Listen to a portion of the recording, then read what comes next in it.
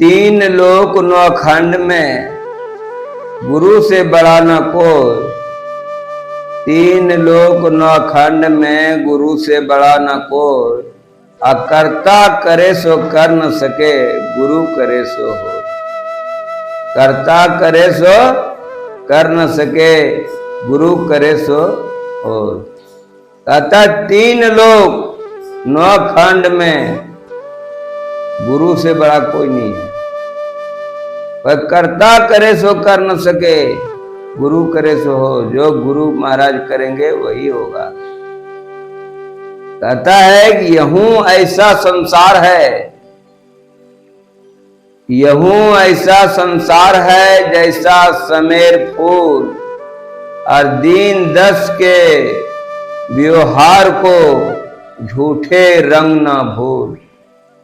कहता ये दुनिया क्षण भंगुर है, ये दुनिया क्षण भंगुर है। यह सोचकर झूठे रंग में नहीं रंगना चाहिए। ये दुनिया का रंग है सो झूठा है, सच्चा नहीं है। ये दुनिया जो है क्षण भंगुर है। अभी आत्मा है, एक मिनट में आत्मा जब निकल जाए तो क्या मानो, ये दुनिया तो क्षण भंगुर है। यह दुनिया क्षण भंगुर है, यह सोचकर झूठे रंग में नहीं रंगना चाहिए।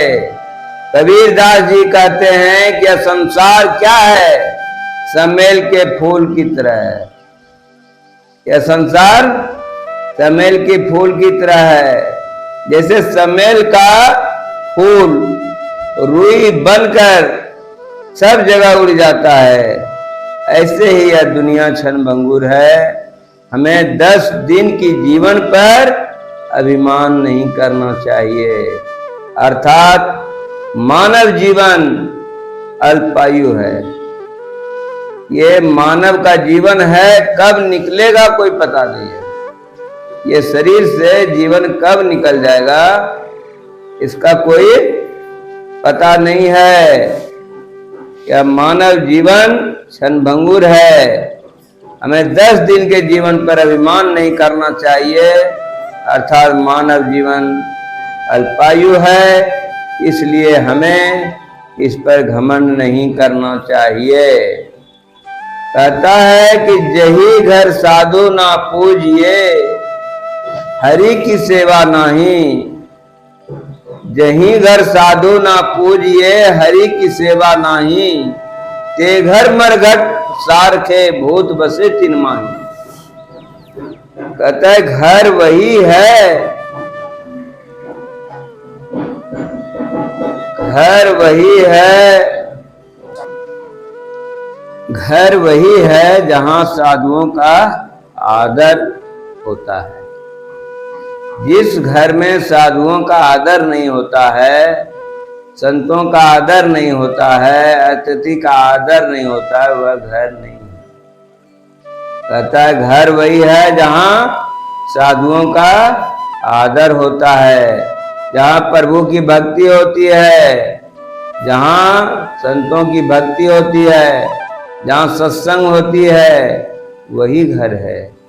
कबीरदास जी कहते हैं कि जिस घर में साधु का सम्मान और ईश्वर की भक्ति नहीं होती है, जिस घर में साधु महात्मा का सम्मान नहीं होता, ईश्वर की भक्ति नहीं होती, वह घर मरघट की तरह है, महाभूतों का निवास ही रहता है।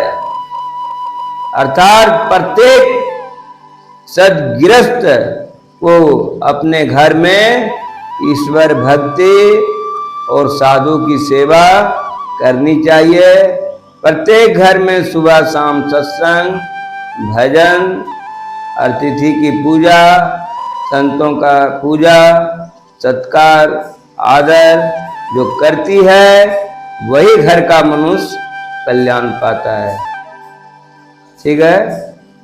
कहता ऊंचे कुल का जन्मिया करनी ऊंचे न होई।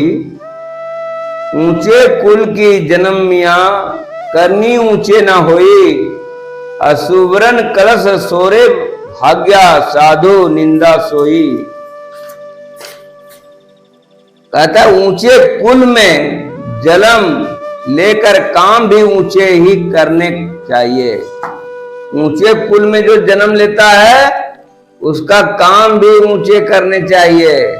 कबीरदास जी कहते हैं कि ऊंचे कुल में जन्म लेने से कुछ नहीं होता यदि व्यक्ति के कर्म ऊंचे ना हो। ऊंचे कुल में अगर जन्म लिए हैं तो वो व्यक्ति का कर्म भी ऊंचा होना चाहिए। ठीक है, जैसे सोना के कलश में मंदिरा भरी हो तो साधु उसकी प्रशंसा नहीं करते। बात समझ में आ रही? जैसे सोना का कलश में अगर शराब भरा हुआ हो तो साधु उसका प्रशंसा नहीं करते। कहता है ऐसी पुकार बुरे काम करने वाले चाहे कितनों ऊंचे वंश का हो।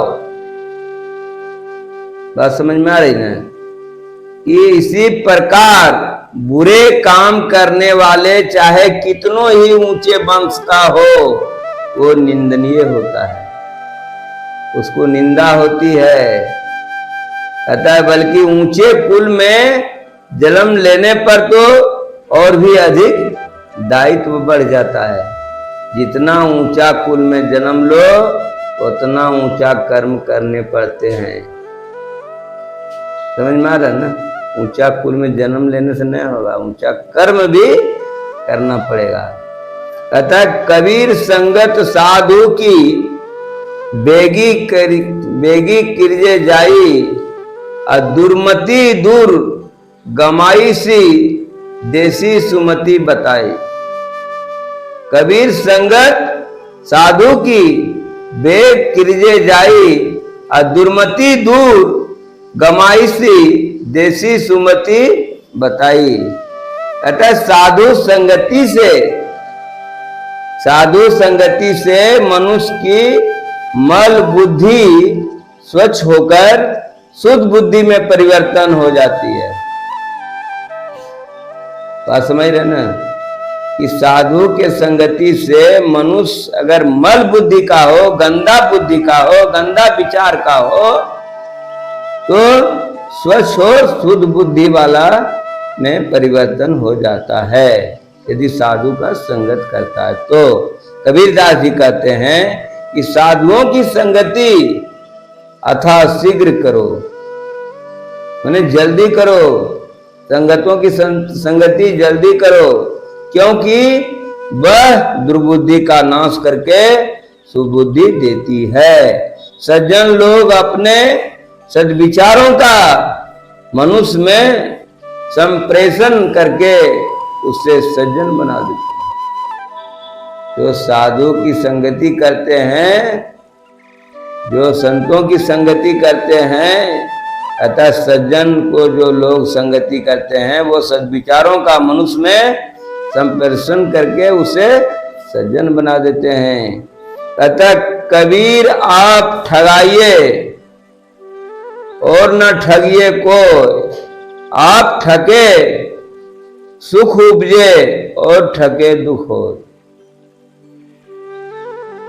दुआ समझ में आ रही है? कि कबीर आप ठगाइए और न ठगिए कोई, आप ठगे सुख उपजे और ठगे दुख हो। कहता है स्वयं जानबूझकर धोखा खाने में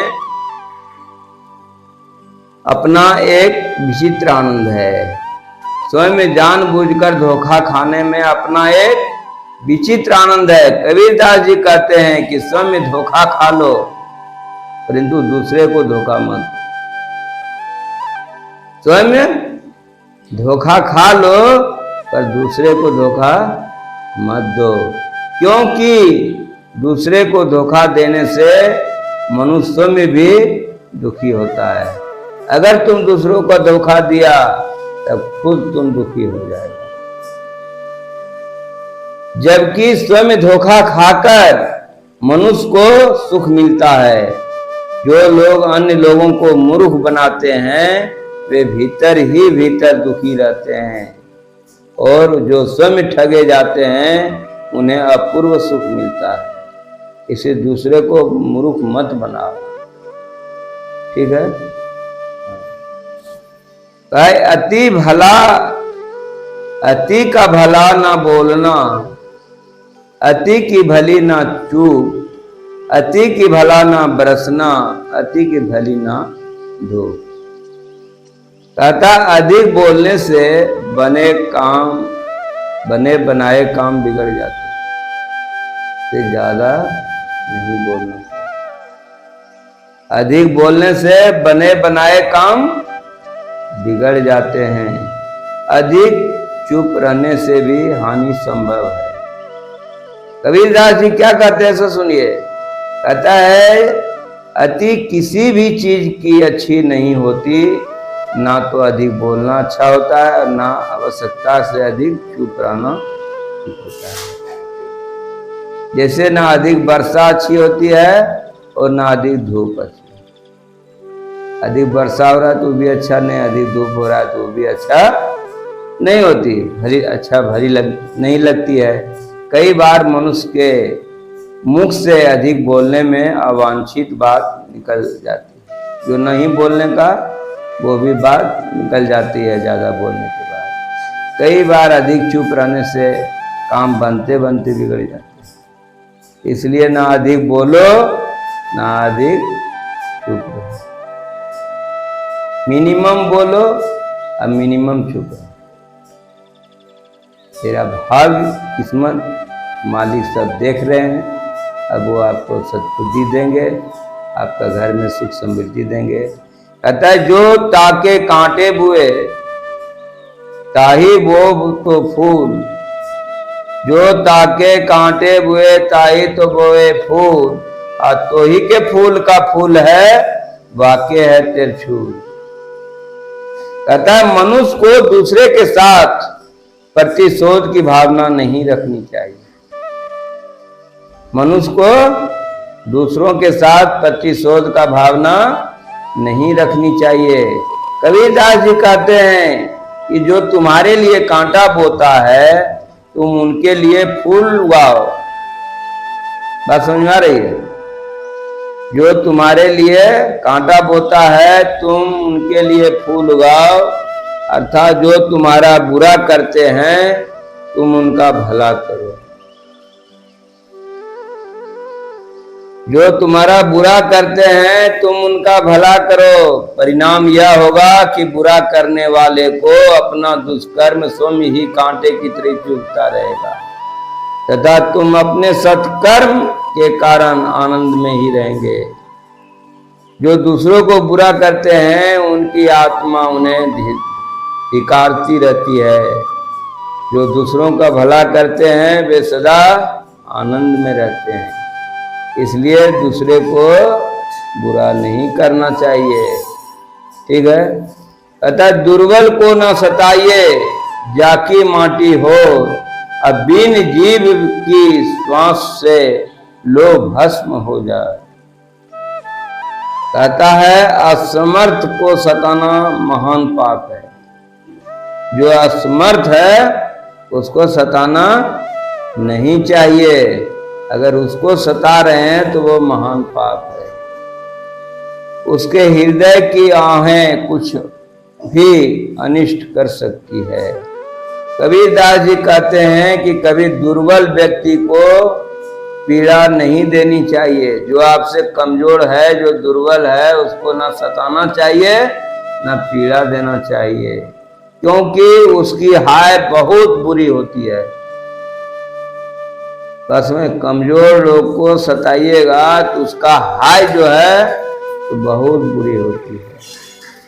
जैसे मरे हुए पशु को खाल में हवा भरकर आग को प्रदीप्त किया जाता है और उस आग से लोहा तक जलकर राख हो जाता है। उसी प्रकार दिनहीन मनुष्य को पीड़ा देने से उसके मन से जो साप निकलता है और उससे बड़ा अनिष्ट हो सकता है। इसलिए दुर्बल को सताना नहीं चाहिए। ठीक है। कहता ऐसी बानी बोलिए मन का आपा खोए, औरन को शीतल करे आप हो शीतल। क्या कर रहा है दोहा में, क्या बता रहा है कि ऐसी बानी बोलिए मन का आपा खोए, औरन को शीतल करे आप हूं शीतल हो। कहता मनुष्य को सदा पीर बोलना चाहिए, मनुष्य को सदा मीठा बोलना चाहिए। यार ध्यान इधर रखो, मनुष्य को क्या करना है, सदा पीरे बोलना चाहिए, सदा मीठा बोलना चाहिए। मृदुभाषी के पराये भी अपने हो जाते हैं। कहता है मीठा बोलने से पराया व्यक्ति भी अपना हो जाते हैं। कबीरदास जी कहते हैं कि मनुष्य को ऐसी मीठी बोली बोलनी चाहिए जिससे सुनने वाले को मन मधुर हो जाए। मीठी वाणी दूसरों को भी शीतलता और सुख देता है तथा स्वयं भी शीतल होती है, बोलने वाले को भी शीतलता का अनुभव होता है तथा सुनने वाले को भी शीतलता का अनुभव होता है। इसलिए वाणी कभी तीखी नहीं बोलनी चाहिए, वाणी मीठी बोलनी चाहिए। हस्ती चढ़िए ज्ञान की सहज दुलीचा डारी, और सावन रूप संसार है भूकन दे झक। कहता है बिना ब्रह्मांड वरों के संसार लोगों की प्रभा किए बिना सहज रूप से ज्ञान प्राप्त करना चाहिए। बिना ब्रह्मांड वारों के संसार की लोगों की प्रभा किए बिना सहज रूप से ज्ञान प्राप्त करना चाहिए। कबीरदास जी कहते हैं कि संसार के लोग संसारी बातों करते हैं पर उन पर ध्यान मत दो। जैसे संसार में अनेक कुत्ते भूखते रहते हैं, संसार में अनेक कुत्ते भूखते रहते हैं। कबीरदास जी कहते हैं तुम सहज रूप से ज्ञान को प्राप्त करते जाओ, स्वाभाविक रूप से सहायता से पाया हुआ ज्ञान वास्तविक ज्ञान होता है। आवत गारी एक है उल्टत होए अनेक, कह कबीर नहीं उल्टिए वही एक की एक। अतः क्रोध की प्रतिक्रिया ना करने से विवाद बढ़ता नहीं है। कबीरदास कहते हैं कि जब तुम्हें कोई गाली देता है वह एक होती है, बदले में तुम भी गाली देते हो तो वह कर्मशः बढ़ती हुई अनेक हो जाती है। यदि तुम बदले में गाली नहीं दोगे तो देने वाले की गाली एक का एक ही रह जाएगी। जो लोग क्रोध करने वाले पर क्रोध करते हैं वे मूर्खता करते हैं। जैसा अन्न जल खाइए तैसा ही मन हो, जैसा अन्न जल खाइए तैसा ही मन हो, और जैसा पानी पीजिए तैसी वाणी सो। मनुष्य को अन्न और जल ग्रहण करने में सावधान रहना चाहिए। बात समझ में आ रही ना? मनुष्य को अन्न और जल ग्रहण करने में सावधान रहना चाहिए।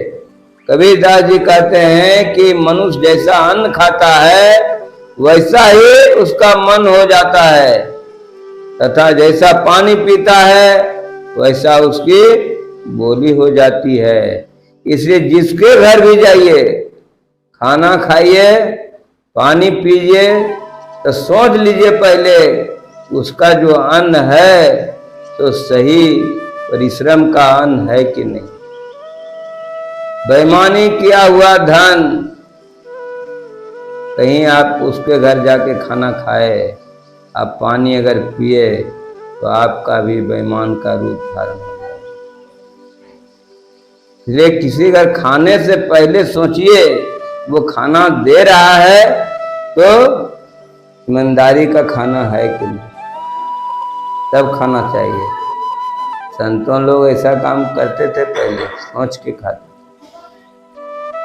खाने से केवल नहीं, कोई कहता है अरे खिला हमको, खिला, खिलाने से क्या होगा? तो कौन पैसा का खाना खिला रहा है, पहले उस पर विचार करो।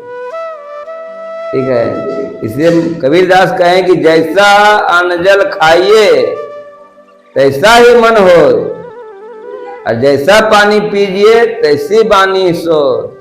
अतः मनुष्य को अन्न और जल ग्रहण करने में सावधान, मनुष्य को अन्न जल ग्रहण करने में सावधान रहना चाहिए। कबीरदास जी कहते हैं कि मनुष्य जैसा अन्न खाता है वैसा उसका मन भी हो जाता है, तथा जैसा पानी पीता है वैसी उनकी बोली हो जाती है। कबीर नौबत आपनी दीन दस लहू बजाय, यह पूर पाटन यह गली बहुरी ना देखो आए। अतः मनुष्य को अथाशीघ्र सत्कर्म कर लेनी चाहिए, जितना हो सके उतना सत्कर्म कर लेनी चाहिए। क्या जीवन बार बार मिलने वाला है नहीं, एक बार मनुष्य तन मिला है तो मनुष्य को क्या करना चाहिए? अथाशीघ्र सत्कर्म कर लेनी चाहिए। जीवन की नश्वरता की ओर संकेत करते हुए कबीरदास जी कहते हैं कि हे मनुष्य, तू इस संसार में 10 दिन अपनी नौबत बजा ले, अर्थात मौज मना ले, फिर मृत्यु के बाद यह संसार, यह नगर, ये गालियां तुझे देखने को नहीं मिलेगी। अर्थात मृत्यु के बाद पुनः मानव देह मिलनी कठिन है, इसलिए जो कुछ करना है जल्दी कर लो। बोल दिए राधे राधे।